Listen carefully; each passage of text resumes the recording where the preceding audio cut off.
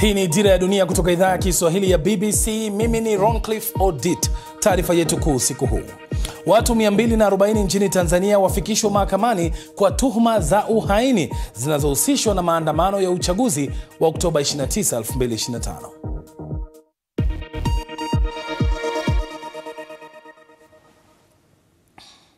Watu 240 wamefikishwa mahakamani kwa tuhuma za uhaini nchini Tanzania kufuatia maandamano na ghasia za uchaguzi wa Oktoba 29 nchini humo. Kwa mujibu wa sheria za Tanzania, mashtaka ya uhaini hayana dhamana na adhabu yake ni kifo.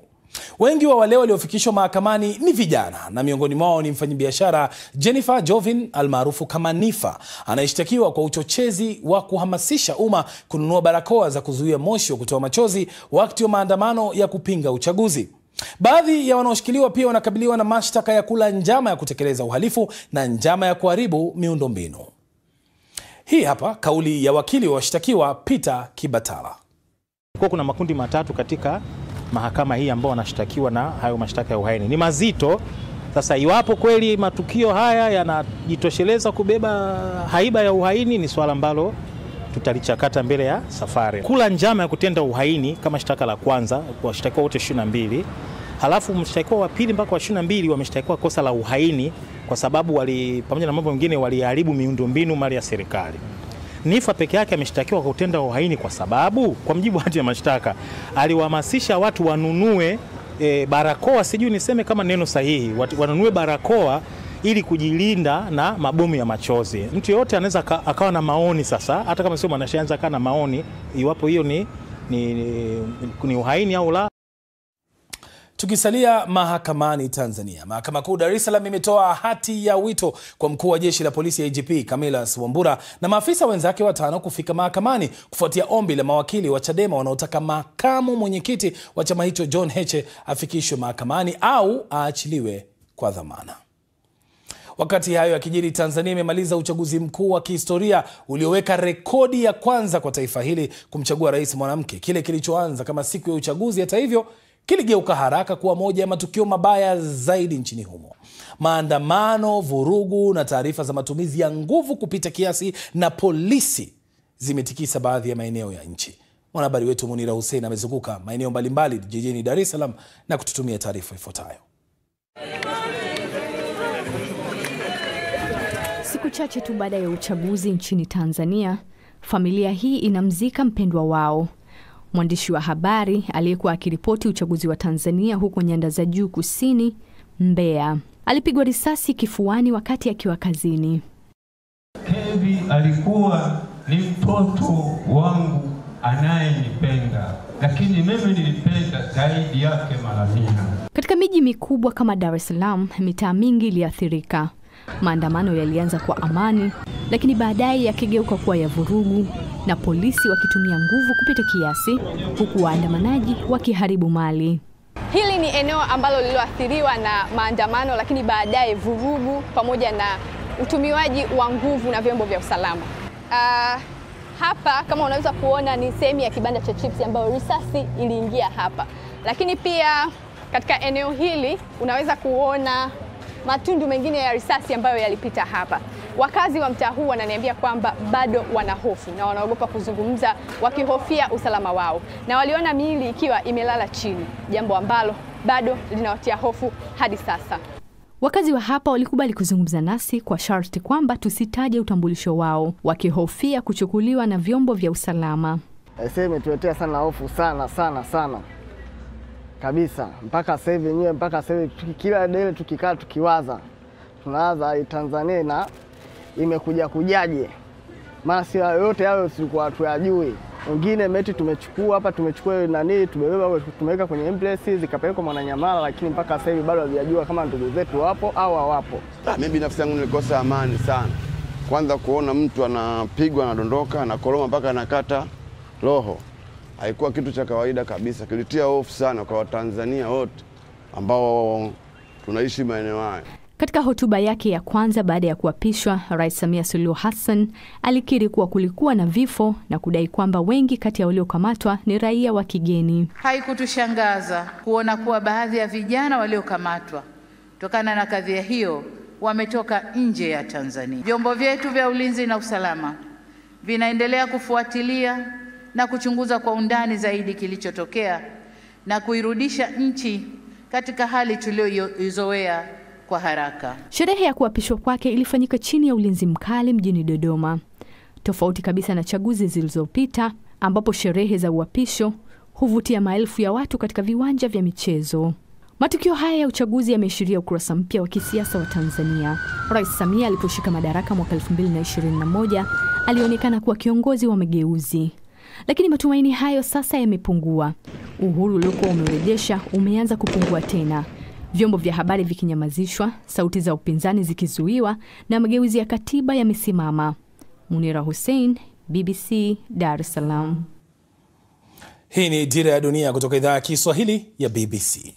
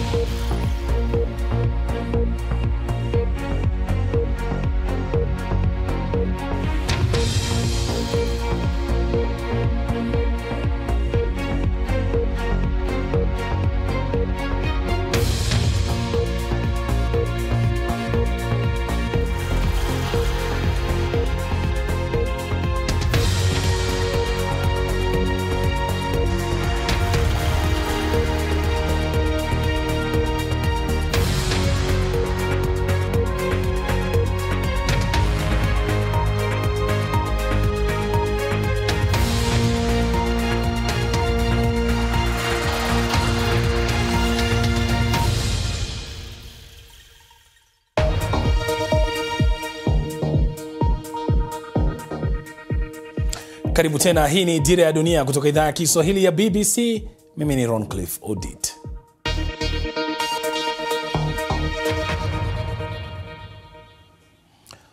Sasa waangalizi wa asasi mbalimbali wametoa ripoti kuhusu uchaguzi wa Tanzania na kusema kwamba haukukidhi kanuni na viwango vya demokrasia. Wengi ndani na nje ya nchi hiyo wamekiri kuwa Tanzania imejikwaa. Lakini swali ni je, inaweza kuinuka tena na itainuka vipi?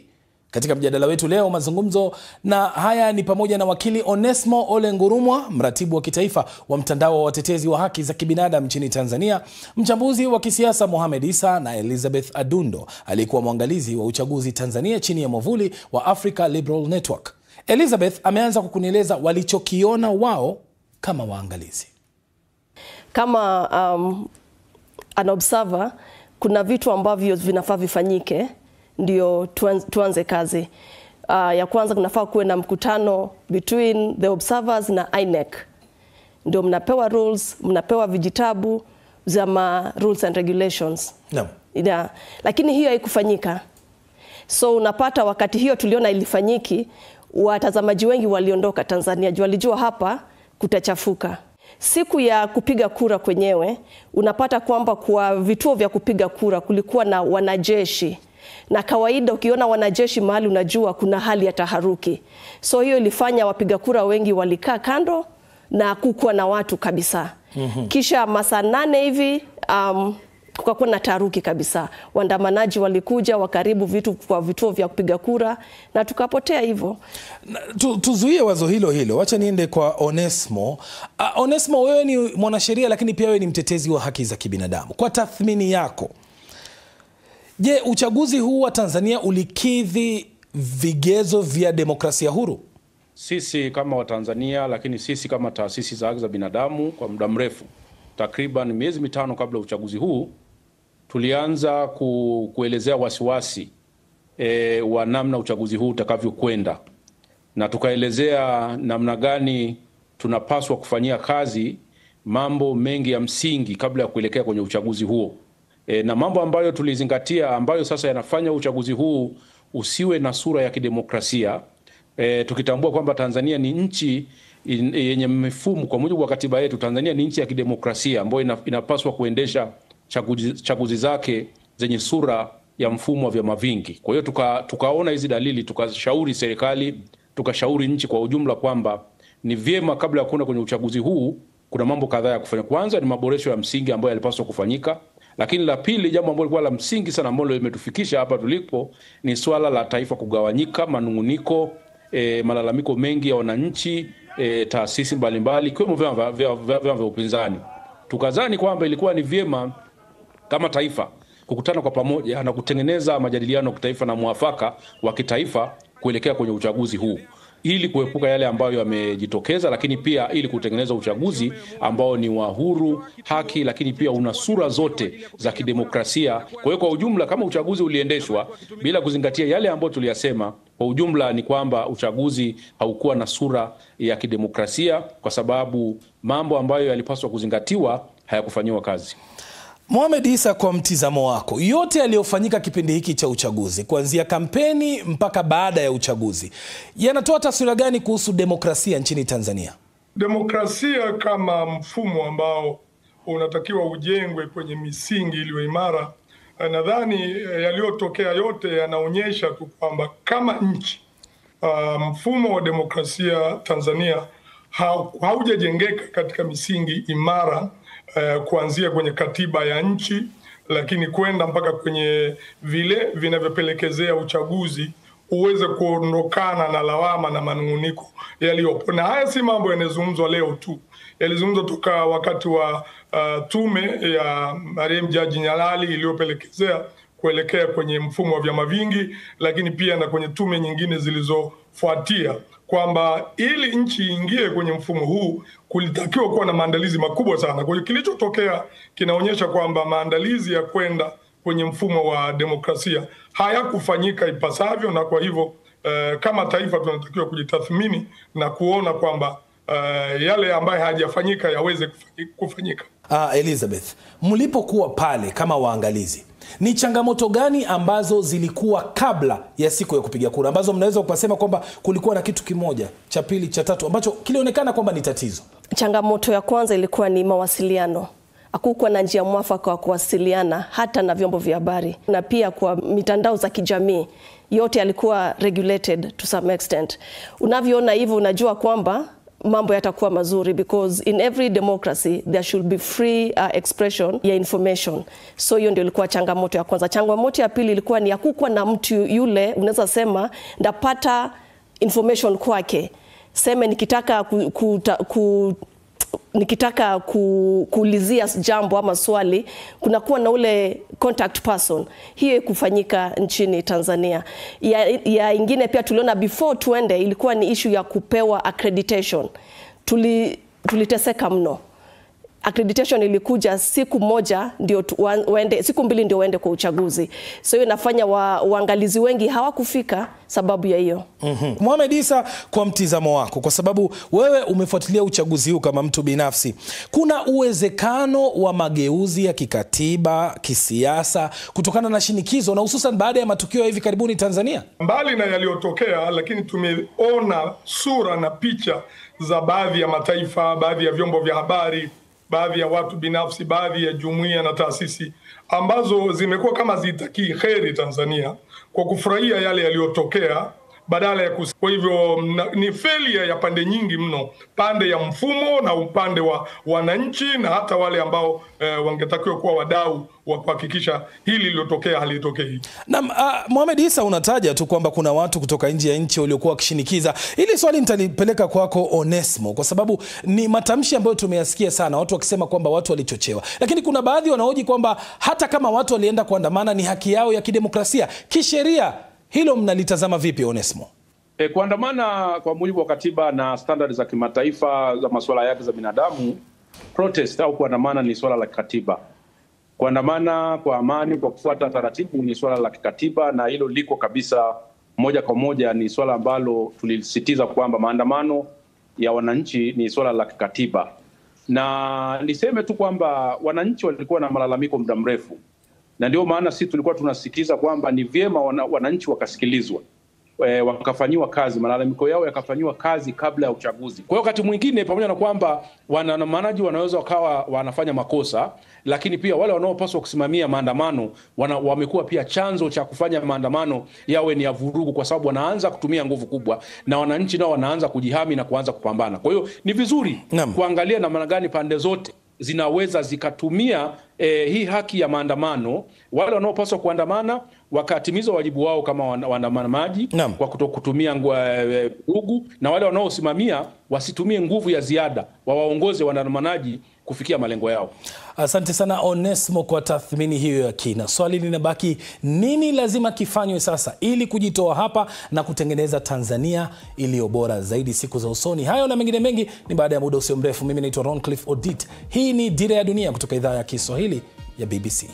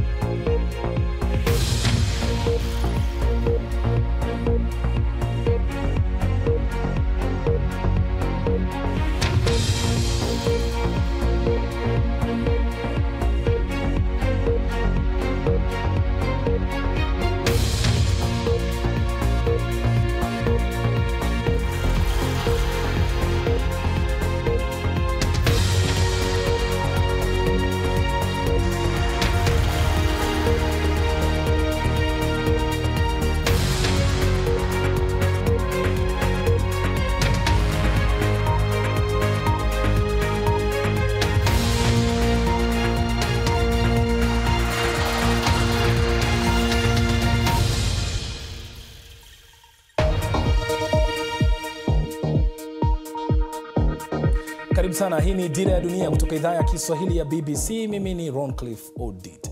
Sasa kama unavyojua, baada ya zaidi ya wiki moja hali imeanza kurudi ya kawaida, lakini bado kuna maswali mengi sana baada ya uchaguzi nchini Tanzania. Familia nyingi bado hazijawapata wapendwa wao, wanauliza wako wapi, na bado kuna watu wanaouguza majeraha na wengine wakiwa wanawazika wapendwa wao. Lakini baada ya yote hayo, ni nini ambacho uchaguzi wa Tanzania umetufunza, na ni kitu gani ambacho lazima kifanywe sasa na viongozi na asasi mbalimbali na wananchi wa Tanzania ili kuijenga upya Tanzania yetu? Ili kupata majibu ya maswali hayo, ninaye Elizabeth Odundo, alikuwa mmoja wa waangalizi wa uchaguzi nchini Tanzania. Yupo nami hapa katika studio. Tunaye Mohamed Issa, ni mchambuzi wa masuala ya kisiasa, na ninaye wakili na mtetezi wa haki za kibinadamu Onesmo Ole Ngurumwa ambaye anajiunga nasi kutoka Dar es Salaam, Tanzania. Nianze na wewe Mohamed Issa, kwa mtizamo wako, Baada ya yote haya yaliyofanyika, mustakabali wa siasa za upinzani nchini Tanzania ni upi katika siku zijazo? Huko msemo wa Kiarabu unasema sio kila shari ni shari 100%. Inaweza ikawa ni shari imebeba kheri. Tanzania tumejikwaa na tumeanguka, lakini kujikwaa kwetu tunaweza tukainuka.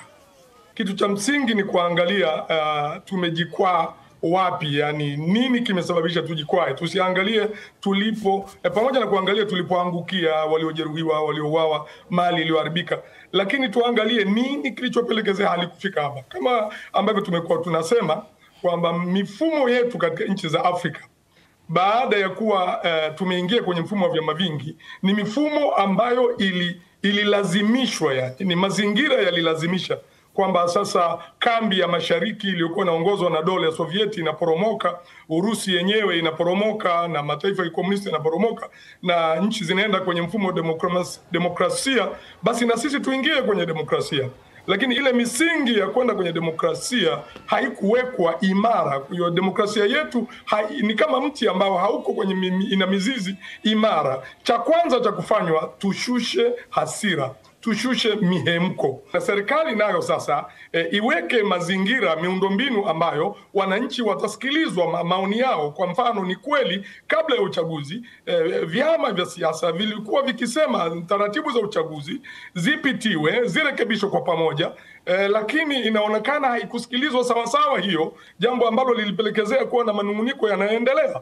Kwa hiyo hapo ndipo pa kuanzia, lakini pia maridhiano, na huwezi kwenda kwenye maridhiano bila kuweka msingi wa nini taifa linataka. Tunataka tutoke hapa kwenda wapi?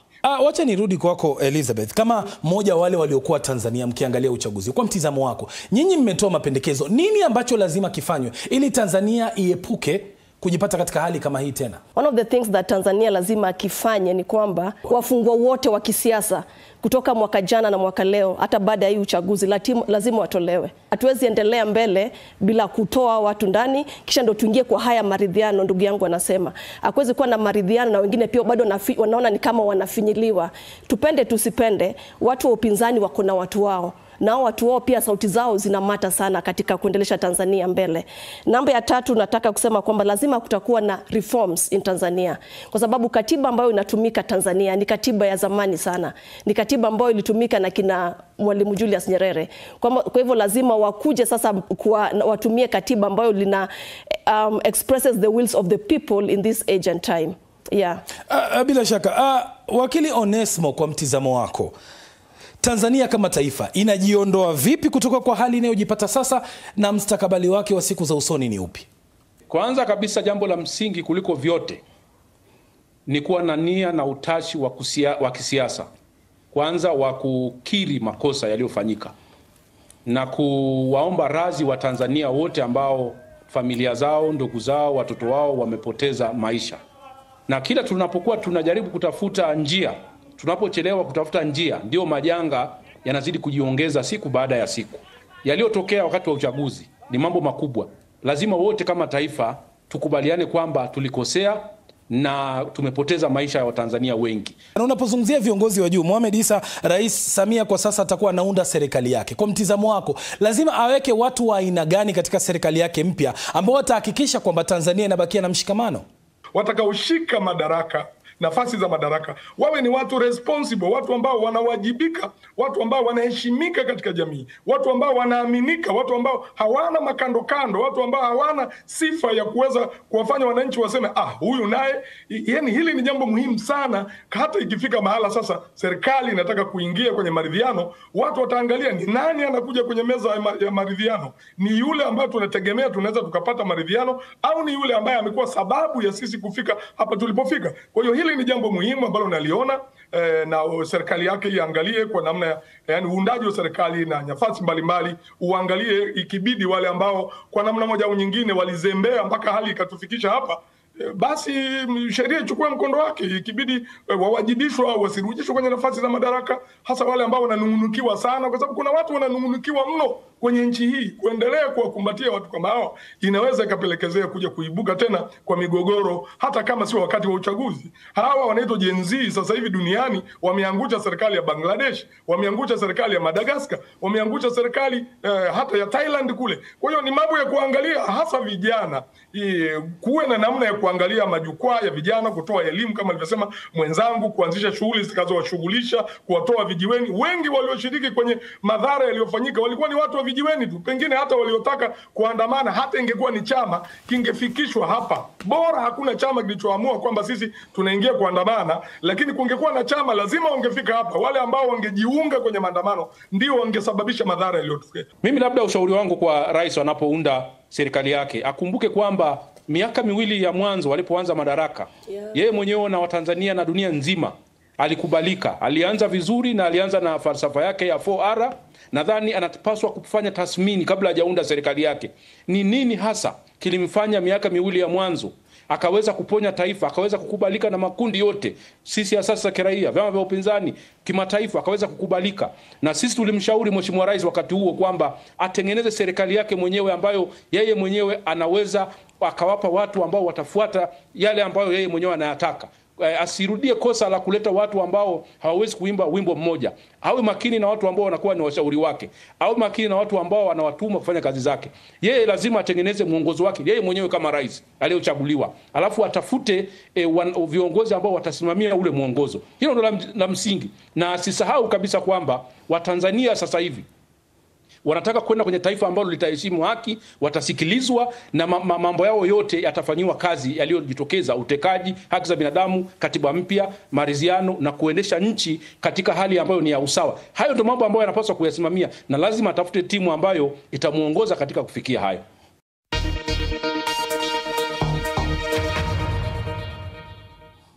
Wakili na mwanasheria huyo na mtetezi wa haki za kibinadamu Onesmo Ole Ngurumwa akihitimisha mjadala wetu wa siku hii ya leo kuhusiana na hali ya uchaguzi nchini Tanzania na mustakabali wa taifa hilo siku za usoni. Kwa niaba ya wale wote waliofanikisha matangazo haya wiki yote hii, nasema shukran sana kwa kuandamana nami. Mimi naitwa Roncliffe Odit. Naweza nifuatilia katika mitandao ya kijamii Facebook, X, Instagram na pia TikTok, Roncliffe Odit. Uwe na weekend njema, lakini kwa sasa usiku usiokuwa na usumbufu wa mbu.